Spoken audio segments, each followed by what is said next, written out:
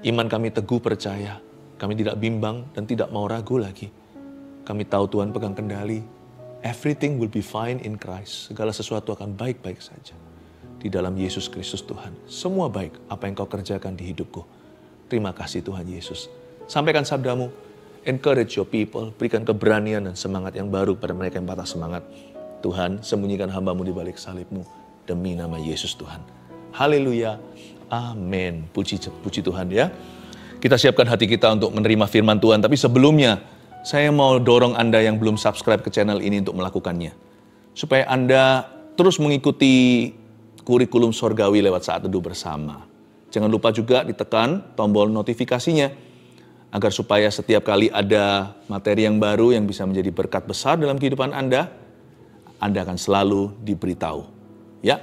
Hari ini kita akan belajar firman Tuhan dari Hakim-Hakim pasal 3 ayat 1-6 dengan judul Mengapa Masalah Kita Lama. Saya ulangi judulnya. Mengapa masalah kita lama? Iya.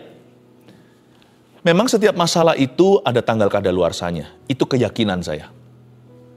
Saya tahu bahwa persoalan tidak bisa selama-lamanya. Yang kekal hanya Yesus Kristus. Namun demikian sekalipun masalah itu ada tanggal kadaluarsa atau expiry date-nya, janganlah kita menunggu secara pasif. Wah, kapan itu terjadi? Kita harus aktif bertanya, apa yang bisa kita lakukan sebelum masalah itu jatuh tempo? Dan saya itu bisa memperoleh buah yang matang atau mendapatkan karunia apa selama saya menunggu hingga tanggal kadaluarsanya? Ask yourself, what can we get? And what should we do? Apa yang harus kulakukan dan apa yang bisa saya dapatkan? Mari kita belajar dari bangsa Israel ketika di dalam tanah perjanjian. Mereka menghadapi masalah yang berkepanjangan. Kita baca pasalnya di pasal 3 ayat 1-6, Hakim-Hakim ya. Ayat 1, inilah bangsa-bangsa yang dibiarkan Tuhan tinggal untuk mencobai orang Israel itu dengan perantaraan mereka, yakni semua orang Israel yang tidak mengenal perang Kanaan. Maksudnya hanyalah supaya keturunan-keturunan orang Israel yang tidak mengenal perang yang sudah-sudah dilatih berperang oleh Tuhan. Yang tinggal ialah kelima raja kota orang Filistin dan semua orang Kanaan, orang Sidon dan orang Hewi yang mendiami pegunungan Libanon dari gunung Baal Hermon sampai ke jalan yang menuju ke Hamat. Mereka itu ada di sana supaya ia mencobai orang Israel dengan perantaran mereka untuk mengetahui apakah mereka mendengarkan perintah yang diberikan Tuhan kepada nenek moyang mereka dengan perantaran Musa. Demikianlah orang Israel itu diam di tengah-tengah orang Kanaan, orang Het, orang Amori, orang Feris, orang Hewi, dan orang Yebus. Mereka mengambil anak-anak perempuan orang-orang itu menjadi istri mereka, dan memberikan anak-anak perempuan mereka kepada anak-anak lelaki orang-orang itu, serta beribadah kepada Allah orang-orang itu. Mengapa masalah kita lama? Seringkali kita frustrasi, kapan sih ini selesainya? Tapi dapatkah kita mengenal maksud Allah? Mengapa sebuah persoalan diizinkan tetap ada di sana di dalam hidup kita? Ayat 1, inilah bangsa-bangsa yang dibiarkan Tuhan tinggal, garis bawah itu. Tuhan membiarkan bangsa-bangsa musuh itu tinggal berdampingan dengan bangsa Israel untuk sekian lama. Bangsa-bangsa itu dibiarkan Tuhan tinggal untuk mencobai orang Israel itu dengan perantaran mereka. Yakni semua orang Israel yang tidak mengenal perang Kanaan. Nah, ini dia. Kayaknya ada hubungan dengan generasi baru yang masuk ke Kanaan ini. Mereka belum kenal perang Kanaan. Bahkan dahulu nenek moyang mereka waktu zaman Musa keluar dari tanah Mesir lewat sebuah perbuatan ajaib Tuhan yaitu membelah Laut Merah, mereka masih orok atau belum dilahirkan. Jadi mereka ini bangsa-bangsa yang mereka ini adalah bangsa Israel setelah pemerintahan Yosua masuk di zaman hakim-hakim yang terkesan manja. Tuhan mau gembleng mereka, Tuhan mau bentuk mereka, Tuhan mau mempertajam mereka. Karena bangsa Israel itu tinggal di geografis yang rawan. Ayat 2, maksudnya hanyalah, lihat itu maksud Allah. Alkitab itu selalu konsisten satu dengan yang lainnya. Kadang beda ribuan tahun atau ratusan. Tapi selalu bicara tentang Yesus yang sama, dan selalu menunjukkan karakter Allah yang tidak berubah. Bukankah di kitab Yeremia dikatakan bahwa Tuhan punya rancangan damai sejahtera. Tuhan tidak pernah punya rancangan celaka, tetapi memberi kita masa depan penuh pengharapan. Jadi maksudnya hanyalah, berarti maksud Allah hanya satu. Tuhan tidak punya evil intention, Tuhan tidak punya maksud jahat di hidup kita seperti banyak orang yang dikit-dikit kecewa sama Tuhan, dikit-dikit memfitnah dan tuduh Tuhan. Tuhan itu jahat, Tuhan tidak cinta sama aku, Tuhan tidak mengasihi aku. Hai orang berdosa, sejak kapan kita bisa menuntut Allah? Hutang kita pun tidak kunjung kita bayar. Mengapa kita sekarang menuntut bonus-bonusnya? Tuhan cintalah, mengasihi kita. Bukankah dia mati untuk kita di Kalvari 2000 tahun lalu ketika kita masih berdosa, bahkan belum dilahirkan. Ya, belum dilahirkan di dalam dosa, dalam kandungan mama kita. Tuhan sudah mati untuk kita, bukankah itu sendiri sudah selama-lamanya sebuah kesaksian bahwa Tuhan itu sayang kita. Sejak kapan kita itu boleh menuntut Allah? Maksudnya hanyalah, Tuhan itu gak punya maksud jahat. Maksud Tuhan itu selalu indah. Rancangannya itu selalu sempurna. Penyertaannya damai sejahtera. Maksudnya hanya ini maksudnya. Supaya keturunan-keturunan orang Israel yang tidak mengenal perang, tadi itu yang terkesan manja, yang gak ngerti atau alami Laut Merah dibelah. Masuk Kanaan juga. Ini generasi baru yang belum tahu apa-apa. Tuhan itu tahu mereka itu pasti akan ditelan oleh tetangga-tetangga mereka. Jikalau mereka bukan hari ini juga, kalau enggak hari ini juga Tuhan gembleng dan latih. Supaya keturunan-keturunan orang Israel yang tidak mengenal perang yang sudah-sudah dilatih berperang oleh Tuhan. Mengapa masalah kita lama? Karena Tuhan mau mewujudkan sesuatu dulu. Karena Tuhan membentuk kita. He molds us and shapes us. Seperti pejunan, dia itu membentuk kita. Dia itu membuat kita. Tuhan itu ingin kita dilatih. Karena bangsa Israel zaman itu hidup di tengah-tengah kerawanan. Atas, bawah, kiri, kanan, sekeliling mereka semua membenci umat pilihan. Setiap bangsa dan negara ini, orang Hewi, Yebus, Kanaan, mereka maunya bangsa Israel dibinasakan. Hari ini tidak beda dengan kita, sekalipun musuh kita tidak terang-terangan. Tapi kita itu tinggal di bawah hawa yang dipenuhi dengan roh-roh jahat di udara. Dan Yesus sendiri memperingatkan bahwa kita ini seperti domba diutus ke tengah-tengah serigala. Dunia ini tidak bersahabat dengan orang-orang yang mencintai Tuhan. Tapi kalau Tuhan taruh kita di dunia ini supaya kita menjadi pemenang, katakan amin. Supaya kita menjadi lebih dari pemenang, bukan hanya menang untuk kita, tapi juga memenangkan orang lain juga. Kita mau dilatih perang oleh Tuhan. Seperti bangsa Israel di zaman hakim-hakim, mereka punya geografis rawan, kita sekarang juga sama. Kita seperti kawanan domba yang diutus ke tengah serigala. Kalau Tuhan izinkan ada 1-2 persoalan di hidup kita itu tetap ada di sana, itu pasti karena Tuhan mau mengimpartasikan hikmat. Yaitu tadi, melatih kita berperang. Tapi bahasa sehari-harinya, Tuhan itu mau memberitahu kepada kita sebuah solusi yang berguna buat kita nanti. Dan akan jauh lebih berguna lagi di jangka panjang ketika kita bisa menjadi kesaksian hidup bagi orang lain. Karena Tuhan tidak pernah ingin hanya menolong kita. Tuhan menolong kita agar supaya kita bisa menolong orang lain juga. Jadi Tuhan itu mau memberikan kita sebuah solusi, makanya sabar dulu. Ini ujung-ujungnya itu akan ada sebuah perspektif ilahi. Entah Tuhan akan ingatkan kita hikmat lama, misalnya belajar bersyukur dalam segala perkara, atau belajar berserah. Mungkin Tuhan mau memberitahu kepada kita pengetahuan-pengetahuan yang basic, tapi yang kita mulai tinggalkan, misalnya kejujuran. Misalnya mengampuni. Kalau kita terus dicari gara-gara sama orang. Atau Tuhan bahkan akan ajari kita untuk smart. Ditipu sekali ya sudah. Tapi orang kalau bisa ditipu 2 kali, 3 kali dan seterusnya, itu kebodohan. Tuhan mau kita belajar dari kesalahan. Bahkan ketika kita disalahi, kita belajar. Kalau sekarang saya dipukul dengan sebuah pentung di kepala saya.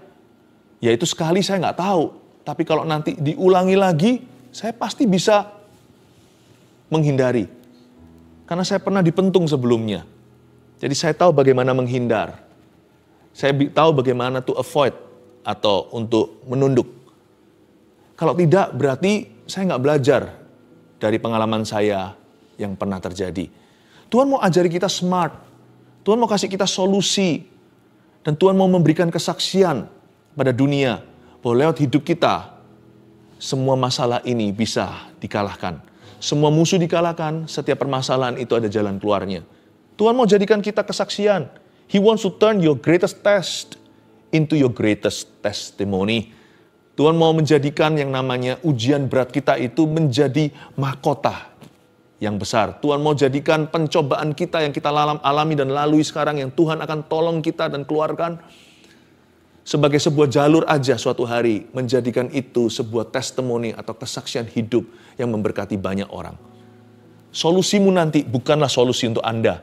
Solusimu itu nanti juga mungkin adalah solusi untuk keturunanmu. Suatu hari Anda bisa cerita sama anak cucunya, Papa dulu pernah alami ini. Oh, Papa belajar dari kesalahan, tapi juga belajar dari keadaan.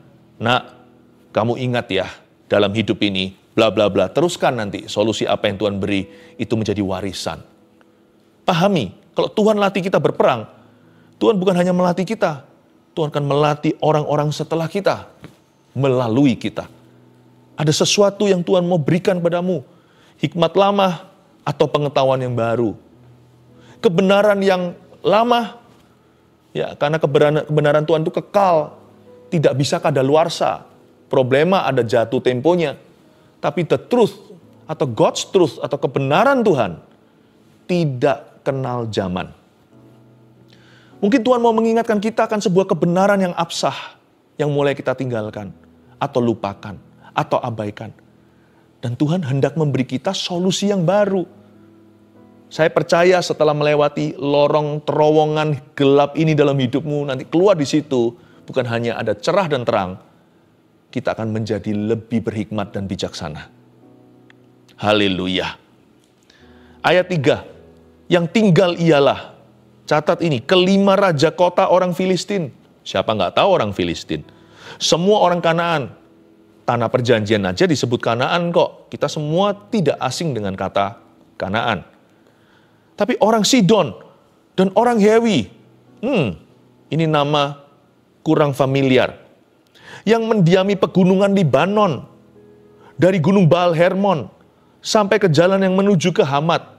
Tuhan gak hanya memberitahu, hei Israel, musuhmu siapa, namanya apa. Tapi Tuhan juga kasih alamatnya. Baal Hermon sampai ke jalan menuju ke Hamat, itu alamat. Maksudnya apa? Waktu Tuhan mengajarkan kita hikmat, lewat persoalan yang kita alami itu untuk sekian waktu, yang terkesan lama sekali, Tuhan mau kita jadi smart. Tuhan mau kita jadi peka dan berhikmat, hingga kita bisa identify our enemies. Justru ketika dihimpit dalam tekanan, ketika seseorang itu mengalami problem, kalau dia terus jalan dengan Kristus, dia akan semakin cermat. Cara pandangnya akan semakin jelas. Bisa membedakan tangan kanan dari tangan kiri. Dia akan tahu apa yang merupakan enemy, apa yang bukan musuhnya. Sedangkan kalau orang itu di dalam masalah, lalu dia panik sendiri, lalu dia jadi orang yang kepahitan, orang gitu biasanya babi buta. Semua orang disalahkan, main kambing hitam, karena orang yang demikian bermentalitas korban. Nanti lihat ya, yang gak ada hubungan disalah-salahkan. Yang salahi dia orang ini, seluruh keluarganya dibenci, seluruh ras sukunya, bahkan agama. Kita gak bisa lagi memilah-milah. Masalahnya itu ya itu, gak usah diperlebar. That's why it's very important. Penting sekali. Kalau kita menghadapi masalah yang tidak selesai dalam hidup kita, identify your enemy. Jangan hanya pukul rata. Jangan tahu nama besarnya, orang Filistin, orang Kanaan. Kenali yang namanya orang Sidon, orang Hewi, orang Yebus. Tahukah Anda Yebus-Yebusmu? Ya, yang kita tahu secara umum, jangan berdosa. Tapi setiap orang itu punya kebiasaan buruk sendiri-sendiri. Masing-masing punya kebiasaan lama. Setiap individu itu beda-beda. Buktinya, orang itu jatuh, kumat-kumatannya tidak sama dengan orang yang satunya. Misalkan kalau Anda punya sebuah kebiasaan buruk, biasanya jatuh saat Anda lonely misalkan. Beberapa orang masuk dalam dosa seksual ketika dia sendirian. Dia tahu sendiri di saat-saat seperti apa dia itu rawan. Di waktu seperti apa dia itu lemah. Jangan hanya taunya Kanaan, jangan hanya taunya Filistin, yang umum semua orang tahu. Kenali Yebusmu, kenali Hewimu, kenali Sidonmu. Ada orang yang hatinya syarat kecewa, dikit-dikit kecewa sama Tuhan. Orang yang seperti itu harus lawan arus kalau mau ikut Yesus.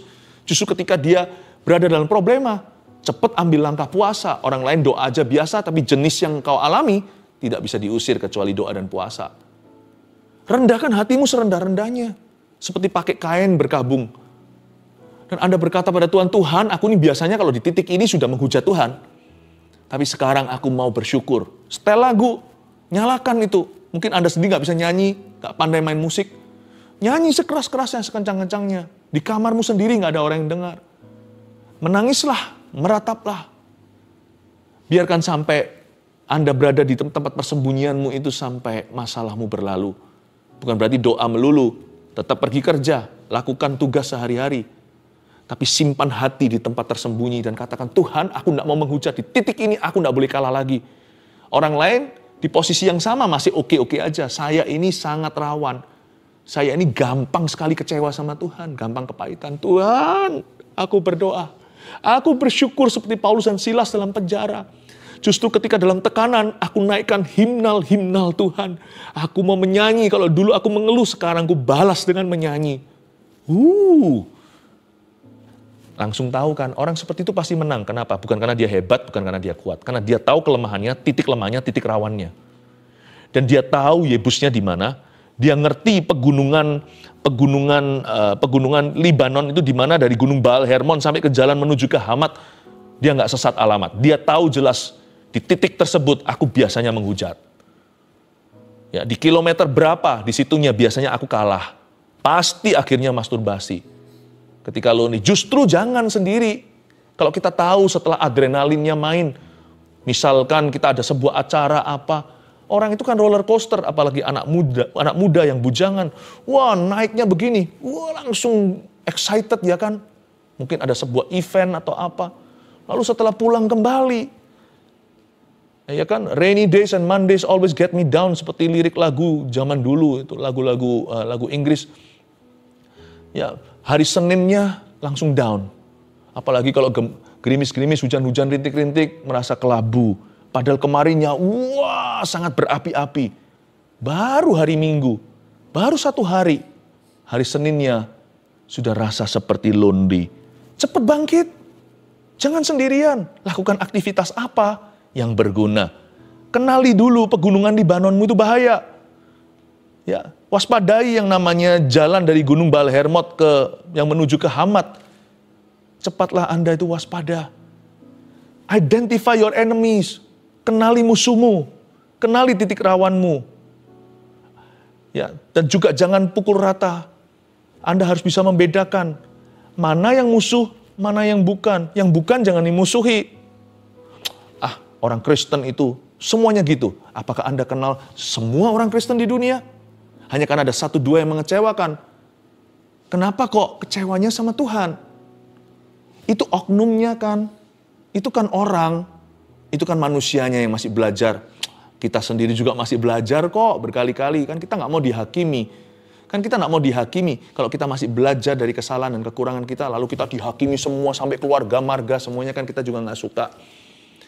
Sedangkan kalau ada orang Kristen yang mengecewakan Anda dan saya, kalau misalkan mereka menipu uang kita, contohnya, sedangkan kekristenan aja mengajarkan untuk jujur. Jadi yang salah bukan Tuhan. Karena orang yang melanggar firman Tuhan itu bawa-bawa nama Tuhan hanya karena dia adalah orang Kristen statusnya. Anda harus tahu, musuhmu itu bukanlah darah dan daging, apalagi Tuhan Yesus. Musuhmu adalah Seringkali dirimu sendiri yang mudah kecewa dan menghakimi. Musuh kita bukanlah manusia, malah justru kita doakan. Tapi tentunya kita belajar jadi smart. Kalau ditipu sekali, ya apa boleh buat. Tapi kalau ditipu berkali-kali, jatuh di lubang yang sama, nah itu berarti kita tersesat di alamat yang sama, terus-menerus disikat di jalan menuju ke Hamat. Kalau seperti itu ya salah sendiri, nggak pernah belajar kan? Sedangkan Tuhan suruh kita lewat pengalaman hidup ini untuk menjadi smart, and untuk menjadi smarter, untuk menjadi bijaksana. Amin. Mereka itu ada di sana ayat 4, supaya ia mencobai orang Israel dengan perantaraan mereka, untuk mengetahui apakah mereka mendengarkan perintah yang diberikan Tuhan kepada nenek moyang mereka dengan perantaraan Musa. Pencobaan mesti ada sih. Kalau nggak ada pencobaan di zaman Adam dan Hawa di Taman Eden itu berarti kita semua adalah ras Pinocchio. Human race atau umat manusia itu diciptakan dalam gambar dan rupa Allah, berarti we can make decisions. Kita bisa membuat keputusan. We have free will choice. Kita punya pilihan bebas. Tuhan izinkan bangsa-bangsa yang tersisa di sana untuk mengetahui apakah hati mereka akan taat atau melanggar firman Tuhan. There needs be temptations in this world to prove if your faith is real. Dibutuhkan pencobaan memang di dunia ini untuk membuktikan, untuk menunjukkan bahwa iman kita itu murni, iman kita sejati. Demikianlah orang Israel itu diam di tengah-tengah orang Kanaan. Orang Het, orang Amori, orang Feris, orang Hewi, dan orang Yebus. Nah, ini kesalahan besar. Orang Israel diam, ini pasif. Hanya karena Tuhan izinkan problema itu di situ, bukan berarti kita diam saja nggak melakukan apa-apa. Apalagi yang melanggar firman. Demikianlah orang Israel itu diam. Diam di sini bukan diam di dalam hadirat Tuhan. Diam di sini itu kompromi. Diam di sini itu, biarkan itu terjadi. Atau anggap enteng, anggap remeh, mengecilkan, meremehkan. Demikianlah orang Israel itu diam di tengah-tengah orang Kanaan. Orang Het, Amori, Feri, Hewi, Yebus, semuanya itu. Wah, ini yang disebut spirit yang pasif. Bukannya mereka melakukan kehendak Allah, bukannya mereka berusaha, ya kan? Di mana ada usaha, pasti Tuhan buka jalan. Bukannya mereka berdoa melawan arus. Sudah nggak berdoa, mereka ikut arus. Ayat 6, mereka ikut arus ini. Mereka mengambil anak-anak perempuan orang-orang itu menjadi istri mereka, dan memberikan anak-anak perempuan mereka kepada anak lelaki orang-orang itu, serta nggak berhenti sampai kawin campur, mereka beribadah kepada Allah orang-orang itu. Inilah bangsa Israel. Ketika mereka di dalam persoalan itu, mereka malah mengambil anak perempuan orang Kanaan, Yebus, Hewi, dengan segala komprominya, lalu kawin campur. Dan itu dilarang karena itu jelas-jelas akan menyeret mereka masuk ke dalam ibadah kepada Allah orang-orang Kanaan. Do not make a long-term decision out of a short-term condition. Jangan buat suatu keputusan yang sifatnya jangka panjang hanyalah karena suatu keadaan yang sementara di depan. Saya kasih 3 poin sederhana untuk review apa yang kita pelajari tadi.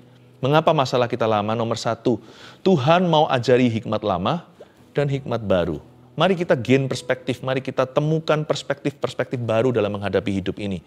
Mungkin ada kebenaran-kebenaran lama yang kita mulai lupakan.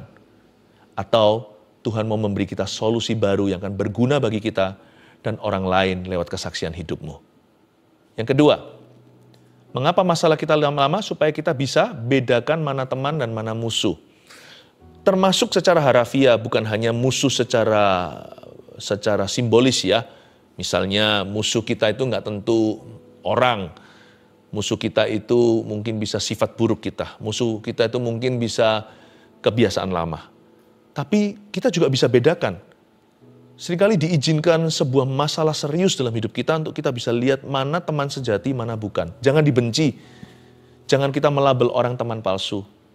Tapi kita harus mengerti manusia itu hanyalah tanah dan debu. Dan kita bisa membedakan kemudian hari. Orang tertentu kita tidak bisa percayai lebih. Tapi orang tertentu yang lainnya kita bisa percayakan lebih. Setelah kemarin apa yang terjadi itu, mereka terbukti setia. Mereka terbukti setia kawan dengan Anda. Mereka terbukti menjadi teman seperjuangan yang tidak akan pandang bulu, tidak akan memandang sebelah mata ketika Anda terpuruk atau ketika Anda berada di dalam baptisan api tertentu. Orang-orang itu tetap bersama denganmu. Jadi Anda tahu lain kali ketika Anda transfigurasi seperti Yesus membawa Petrus, Yohanes, Yakobus ke gunung naik ke atas itu. Dia tahu siapa yang dia bawa ke tempat yang tinggi. Diizinkan masalah tertentu untuk kita menyaring yang namanya friend zone kita. Anda akan terkejut, ada orang-orang yang kelihatannya seperti kawan. Ternyata mereka bukanlah teman dari Tuhan. Jangan dibenci, doakan mereka dan berkati. Tapi Anda tidak perlu Anda mempercayakan hatimu kepada setiap orang. Yesus sendiri tahu apa itu manusia, karena itu dia tidak menyerahkan hatinya kepada mereka. Saya dorong kita mengalami masalah, jangan jadi orang kepahitan. Tapi jadi orang yang akhirnya mendapatkan rekan dari Tuhan. Itu tujuannya. Bukan buang orang, tapi dapat pertemanan yang sejati. Bisa bedakan mana teman dan mana musuh. Kita jadi lebih hati-hati. Lain kali nggak gampang-gampang orang berkedok agama atau yang mengaku-ngaku Kristen, langsung Anda main percaya. Juga bukan berarti kita jadi orang yang kepahitan, selalu maha curiga. Mana-mana selalu curigai. Praduga tak bersalah. Jangan begitu juga. Itu namanya orang trauma. Orang trauma tidak bisa dapat berkat baru. Tapi kita bisa bedakan mana teman, mana musuh. Itulah sebabnya mengapa masalah itu diizinkan agak lama. Karena Tuhan mau membangun long term plan atau suatu rencana jangka panjang dengan kita. Yang ketiga, ini penting sekali. Jangan pasif ya. Jangan pasif, tapi tetap jadi saksi dan pengaruh. Selama dalam masalah kita bisa jadi saksi, bisa lewat sikap hati kita. Bisa jadi pengaruh, bisa sekalipun kita belum menang, tapi tunjukkan progres atau tunjukkan prosesnya. Do not backslide. Justru ketika kita ditekan atau berada dalam tekanan kehidupan yang tidak berkesudahan rasanya, sehingga frustrasi hati kita, janganlah kita justru murtad.